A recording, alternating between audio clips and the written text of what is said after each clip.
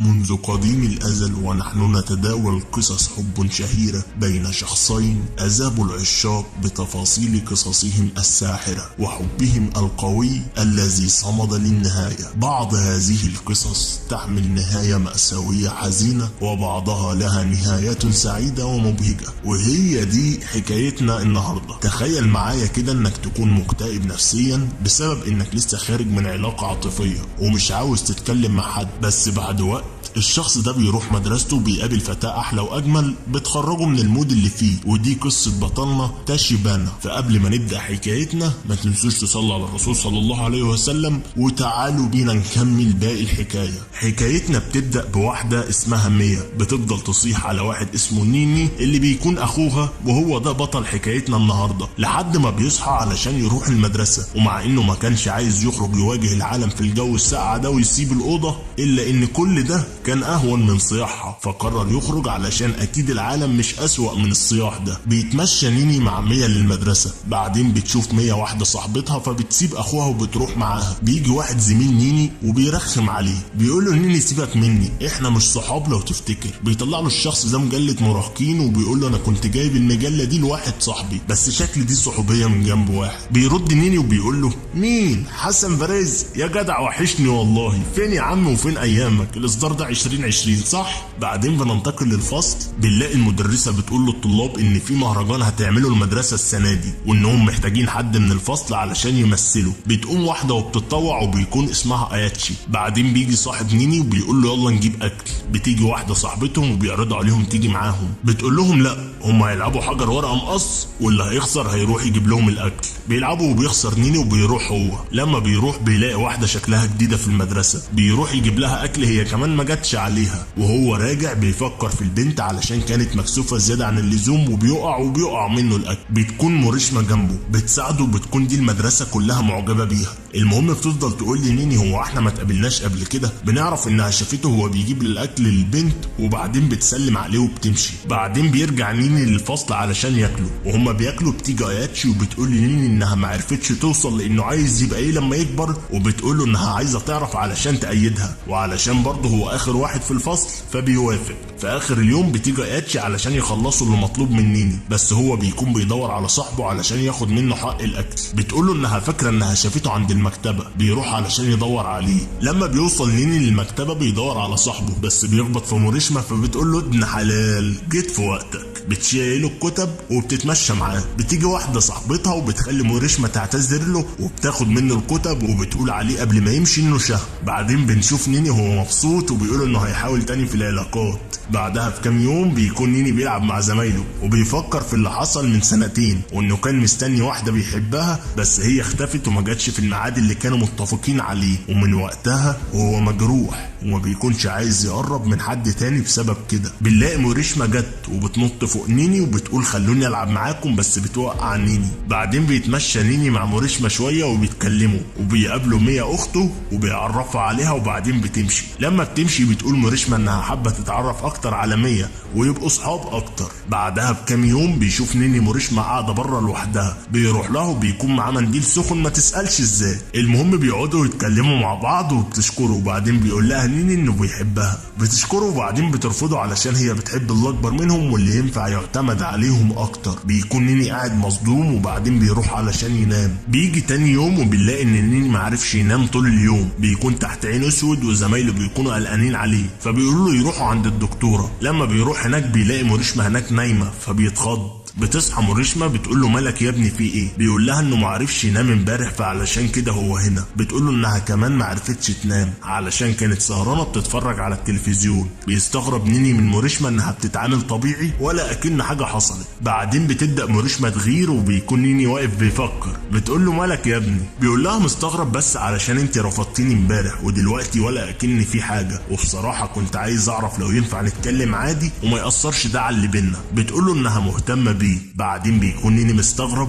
بيقول لها انت امبارح قلت لي ان في مواصفات خاصه. بتفضل تقول له انها عايزه حد يكون قوي وحنين وعنده شعبيه تقريبا للانتخابات مش ليها. المهم بعدين بتمشي وبتسيب نيني وبيكون بقى احسن بكتير. تاني يوم بيبدا نيني يتعلم المصارعه وبيجي صاحبه فبيتعلم نيني عليه. بتيجي موريشما وبتكون عايزه تلعب معاهم، بس بتيجي هيبيكي وبتقول لموريشما تعقل وبتقول لها يلا عشان نمشي. فبتقول لنيني وصاحبه خلاص تعالوا معانا نتمشى البيت هيبيكي. وهم ماشيين بيبدا نيني وصاحبه يتكلموا على موريشما وانها عندها شعبيه كبيره، بس بيطلعوا سامعينهم وبعدين بيتكلموا على ان كل اللي حاول يعترف بحبه لموريشما عملوها مره واحده ومحدش اعترف مرتين. فبيتضايق نيني. تاني يوم بيكون نيني رايح المدرسه وهو متضايق وجنب اخته وما بيردش عليها، بس اول ما بتيجي موريشما بيرجع طبيعي وبيرد عليها. ولما بتحاول تقرب من مية بتتضايق وبتمشي. بيروح نيني وراها وبيكون عايز يعرف هي عملت كده ليه، فبتغرقه بالميه. ولما بيروحوا للفصل بتبدا واحده صاحبه نيني ترخم عليه وترمي عليه ورق، فبيرمي عليها هو كمان وبتوقفهم المدرسه وبتعاقبهم. بنشوف نيني وهو بيلم الزباله، بتجيله موريشما وبتقول له انا عايز استلف مايو اختك علشان اخش بيه اختبارات السباحه. بيقول لها بس مش هيكون مقاسك.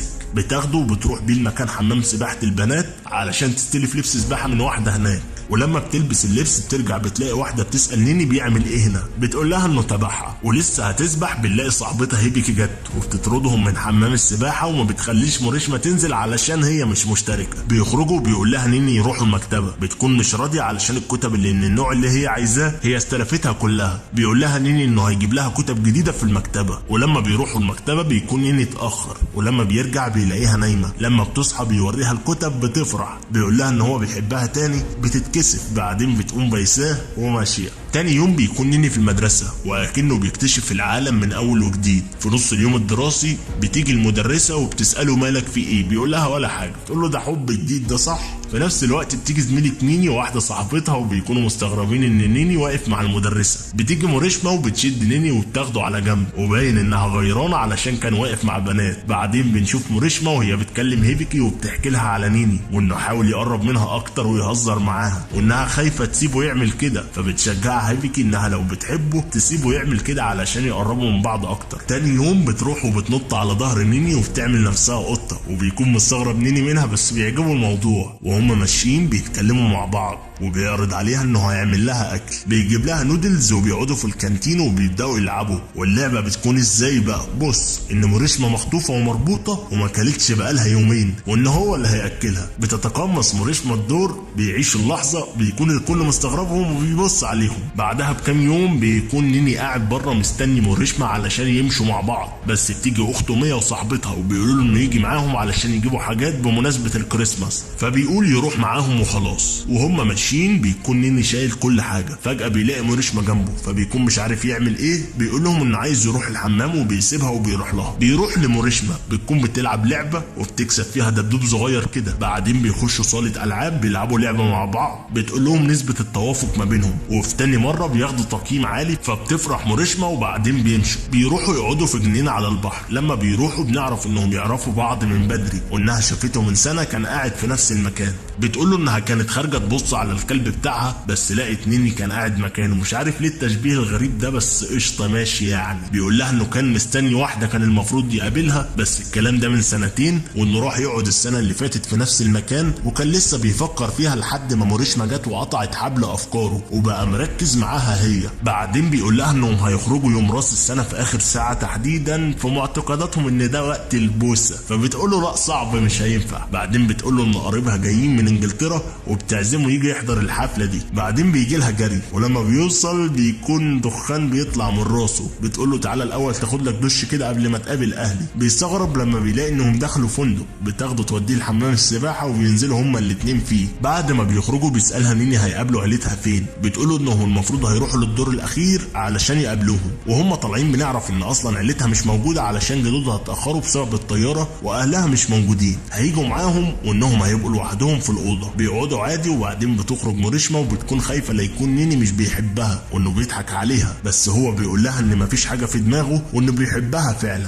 بعدين بنشوفهم وهم كبار شويه ومتجمعين هو وموريشما وهيبكي وبيلعبوا لعبه كده ان نيني واحده من المباحث وكده، وبيهزروا مع بعض وبتكون الدنيا حلوه ومبسوطين وقشطه يعني. بعدين بكام يوم كده بيكون نيني في الفصل نايم، وبتكون جيا كارو عليه وبتعضه من ودنه، فبيتجنن عليها نيني وبنلاقيها بترخم عليه قال ايه مرتبطين وكده. بعدين بتقول لهم انهم يخرجوا مع بعض في يوم هما الثلاثه، بس هو بيرفض. بتقاطعهم اياتسوجي وبتقول لهم ان المدرسه جايه. بتتضايق كارو منها علشان قفشه. بيدافع عنها نيني وبيقول انها الممثله للفصل، فبتضربه علشان بيدافع عنها. بعدين بنشوف نيني وهو في العياده وبتيجي كارو ليه وبتقول له الحمد لله على السلامه يا بطل. بيقول لها ايه اللي حصل؟ بتقول له لا مفيش حد ضربك وجري. بيقول لها يا كدابه انت اللي ضربتيني. بعد شويه كلام بيقول لها انه مستغرب ان شافها قلقان عليه. بيقعدوا يتكلموا شويه. بتمشي كارو بترجع تاني وبتقول لنيني انه في اخر اليوم يروح الاول ورا المدرسه وبعدين بتمشي. بيكون نيني مستغرب وبيسال نفسه هي عايزه ايه. بيفضل يفكر في حاجات كتير. في اخر اليوم بيروح نيني ورا المدرسه. بيلاقي كارو ومعاها تاناكا. بنعرف ان تاناكا قالت لواحد انها معجبه بيه وما ردش عليها لمده شهر، وهم جايبينه علشان يلاقوا حل مع بعض. بيقول لهم انها ممكن تبعت له رساله. بيقول لهم كام فكره وبتعجبهم وبتشكره تاناكا. بعدين بيمشي هو وكارو وبنعرف ان كارو هتروح للشغل وانها شغاله في مطعم. وهم ماشيين بيقول لها نيني انه كان مفكر انها تعترف له بحبها، فبتتكسف وبتضربه وبتمشي. بعدين بنشوف كارو وهي في المطعم بتجهز نفسها، ولما بتخرج بتقابل نيني في المطعم وجه علشان يجرب الاكل. بيفضل باصص لها وهي شغاله. بتتكسف منه وبتوقع القهوه وهي بتعملها لزبون بسبب انها مش مركزه غير مع بصات نيني. بعدين بتجري وبتخش اوضه. بتلاقي نفسها وشها احمر وبتحاول تستوعب الموقف وبتفهم انها بتحبه. تاني يوم اول ما بيخش نيني الفصل بيلاقي كارو ماسكه في واحد وبتكون عايزه تزعله وبتقول له اوعى تفكرني من طوكيو، ده انا من الشرابيه يالا. بيخش نيني علشان يفهم فيه ايه، فبتسيبه كارو وبتمشي. ولما بيروح وراها بنعرف انها عملت كده علشان تاناكا راحت تديله الرساله ضحك عليها، وانها اتضايقت لما شافت المنظر ده. بعد المدرسه بيخرجوا مع بعض للجنينه علشان يتمشوا شويه، بس بيلاقوا كوره اطفال فوق شجره، فبيقرر كارو تروح تجيبها. بيشيلها نيني وبتطلع كارو فوق الشجره وبتجيبها لهم. بعدين بتنزل لنيني وبتقول انهم ما عرفوش يخرجوا مع بعض وانها لازم تمشي، فبيقولها عادي نعوضها بعدين.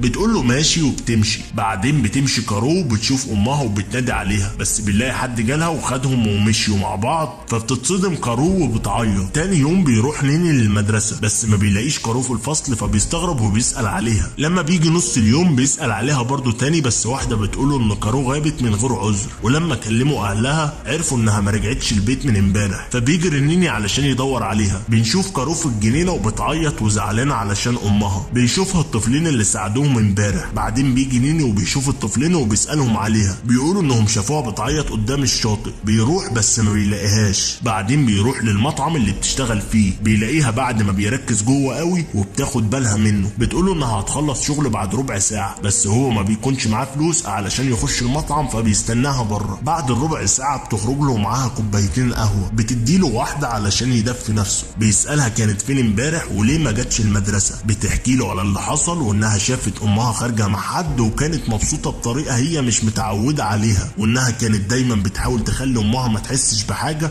وانها حاولت دايما تحسسها انهم لوحدهم هيكونوا كويسين وهيعرفوا يعيشوا. بعدين بتقول انها مش عايزه اب جديد وبتعتذر لنيني علشان هي ما بتكونش بتحب تفضفض بس انفجرت فيه. بيقول لها ولا يهمك وبيحط ايده على كتفها، فبترزعه في الارض وبتقول له انت هتصاحبني؟ ما قلنا انفجرنا، وبتسيبه وبتمشي. بيقول لها انه فاهم اللي بتمر بيه وانه عايز يبقى جنبها علشان تعدي الفتره دي. بتقول له ما تشغلش بالك، ما تبعدش انت عني بس. بيبتسموا شويه وبعدين بتروح كارو تكلم امها علشان تقول لها انها راجعه البيت. بيديها نيني شوكولاته قبل ما يمشي. تاني يوم بنلاقي كارو جت المدرسه. بيشوفها نيني وهي شايله ورق طباعه. بيروح يشيل معاها وبيتكلموا شويه. بناخد بالنا ان كارو اتكسفت من نيني. بننتقل للمدرسه. بنشوف حسن برايز مع نيني وبيقلب حسن في كتاب وبيتجرح في ايده بسبب الورقه. والله لو رجاله بلاستيك ما كانت حصلت. المهم بيفضل يصيح. بيروح نيني علشان يجيب له شريط لزق علشان يحطه على الجرح. بعدين بتيجي واحده وبيفضلوا هما الاتنين بيبتسموا، فبنعرف انهم شكلهم كده ناويين على حاجه. بيروح نيني العياده وبيلاقي هناك كارو وبياخد منها الشريط وبيكون مستغرب هي بتعمل ايه هنا وليه اللبس ده. المهم بيسالها لو ينفع يخرجوا مع بعض يتعشوا بمناسبه راس السنه. بتقول له انت لسه هتسال؟ انا عزمت نفسي اصلا، جهز نفسك انت بس. بيكون نيني مستنيها على المغربيه كده. بنلاقي ان كارو اتأخرت، فبيكون نيني قلقان لما تجيش زي ما حصل مع زمان، بس بتيجي كارو وبتعتذر على التأخير. بعدين بيروحوا مع بعض البرج المينا علشان يتفرجوا عليه ويطلعوا فوقه. لما بيطلعوا بيكون نيني خايف بسبب ان المكان عالي، بس بتمسك كارو ايده علشان ما يخافش. بعدين بيتكلموا شويه، بتقول له كارو انها بتحبه، بيقول لها ان هو كمان بيحبها ومش عايز يبعد عنها. بعدين بينزلوا بس بيكون الوقت اتاخر وكارو مش هتلاقي مواصلات. بيقول لها نيني ممكن تيجي تباتي عندنا، اهلي مسافرين واختي في البيت لوحدها دلوقتي، فبتوافق في الاخر. لما بيروحوا البيت بتخش كارو بتقول يا اهل الله اللي هنا. بيقول لها نيني اهدي شويه لاختي تيجي تبلعنا. بيدخلها الاوضه بتاعتها. بعدين بنلاقي اخت نيني بتخش الاوضه بتطمن ان نيني رجع، بتكون شاكه ان في حاجه غلط بس بتمشي في الاخر. بعد ما تمشي بتخرج كارو من الدولاب اللي هو السرير لنيني في نفس الوقت، بتساله عن النجوم اللي هو حاططها دي، بيقول لها ان هو ده المكان الخاص بيه. بعدين بيروحوا علشان يناموا. في يوم بيكون نيني وصاحبه اوميهارا في المدرسه، بيجي لهم اتسوجي وبتكون بتلم الواجب للمدرسه. بيكون اوميهارا لسه ما سلموش، فبيتضايق علشان مش هيعرف يفطر. بيقول له نيني ما تقلقش انا هروح اجيب لك اكل، اعمل انت الواجب ومالكش دعوه. بيمشي نيني بيخبط في موريشما، بيبقى اكن ما فيش حاجه بينهم، وبتقع منها الكتب ومحفظته في نفس الوقت. بيلم الكتب ليها. بعدين بيقوم علشان يمشي. بيكون في واحده اسمها ساي بتلاقي المحفظه وبتنده لنيني، بس نيني ما بيكونش مركز غير في الحاجات اللي هيجيبها. بيروح الكانتين بس ما بيلاقيش الاكل اللي كان رايح يجيبه، فبيجيب اي حاجه.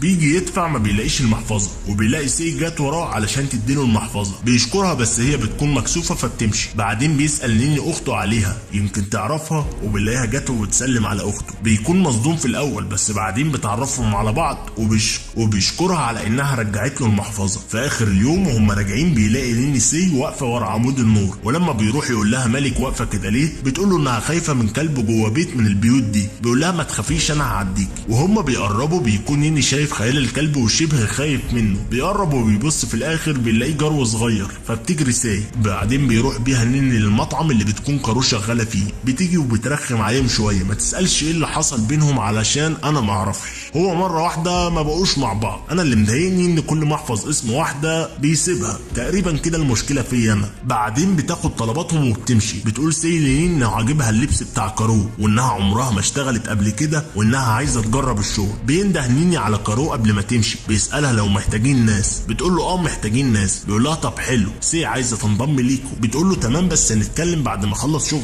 ساعه كده واخلص. بعد الساعه ما بتيجي بتقول لهم ان في حد غاب وهي لازم تبقى مكانه. بتقول لهم ان الاختبارات بتاعتها هتكون في انها تكون بتعرف تكلم الناس ولا لا، وتشيل الاكل. بيقول لها نيني انها ممكن تيجي تتدرب عنده في البيت. بيروح للبيت بتكون اخته ميا هناك. بيقول لها على اللي هيعملوه. بيقول لميا انها هتلعب دور الزبون، وساي هتاخد منها الطلب بتاعها وهو هيكون المدرب. بتروح للاوضه بتاعته ومعاها كوبايه قهوه بس بتوقعها عليه، وميا بتخش في وقت بتفهم فيه غلط خالص. وهما بيوصلوا ساي، بتقرر ميا يلعبوا حجر ورق مقص على مين هيشيل التاني، وبيخسر نيني وبيشيل ساي. تاني يوم في المدرسه بيودي نيني ساي للكافيتيريا علشان تكلم العمال اللي هناك، ولما بتروح تتكلم مع الطباخه ما بتعرفش تتكلم. بيقول لها اعتبريهم آلات بيع عادي. بتروح تاني وبتعتبرها آلة وبتعرف تتكلم معاها المره دي. تاني يوم بتروح ميا علشان تصحي اخوها للمدرسه، ما بتلاقيهوش في الاوضه ولا الدولاب. بنلاقي ان نينا وسي في المدرسه وبيدربها على انها تعرف تتكلم مع الزباين، بس ما بتعرفش تعمل حاجه بسبب انها بتكون مشغوله مع الهوا. بعدين بيقعد نيني مع صاحبه اوميهارا وبيقول له يعني ايه لما واحده تقول لك انا مش عايز اكون اختك الصغيره، وبنعرف ان سي قالت له كده. بتكون نيروشيما سمعته، بتجيله وبتقول له انت بجد مش عارف يعني ايه؟ تقول له ان ده معناه انها عايزه تلعب دور اخته الكبيره او يمكن امه. المهم في اخر اليوم بيقابلها، بيفرح لما يعرف ان عندها مقابله شغل. بيقول لها انه هيروح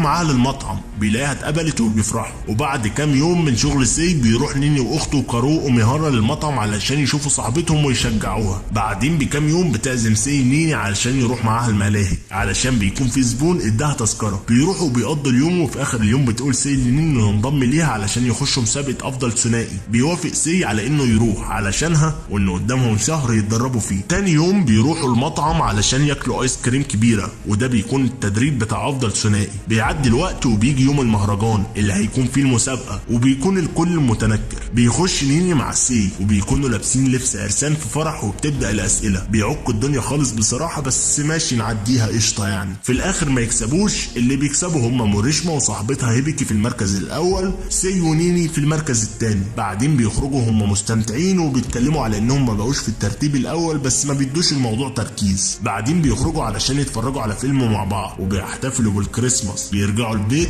بتتنكر سي ومية على شكل حيوانات، بيصورهم نيني وبيفرحوا كلهم. وبكده تكون انتهت حكايتنا النهارده. يا رب تكونوا استمتعتوا بيها. استنونا في الجزء الثاني من الحكايه. ما تنسوش تعملوا لايك وكومنت على الفيديو عشان ده اللي بيشجعنا استمر. وما تنسوش اهم حاجه تصلوا على الرسول صلى الله عليه وسلم. والسلام.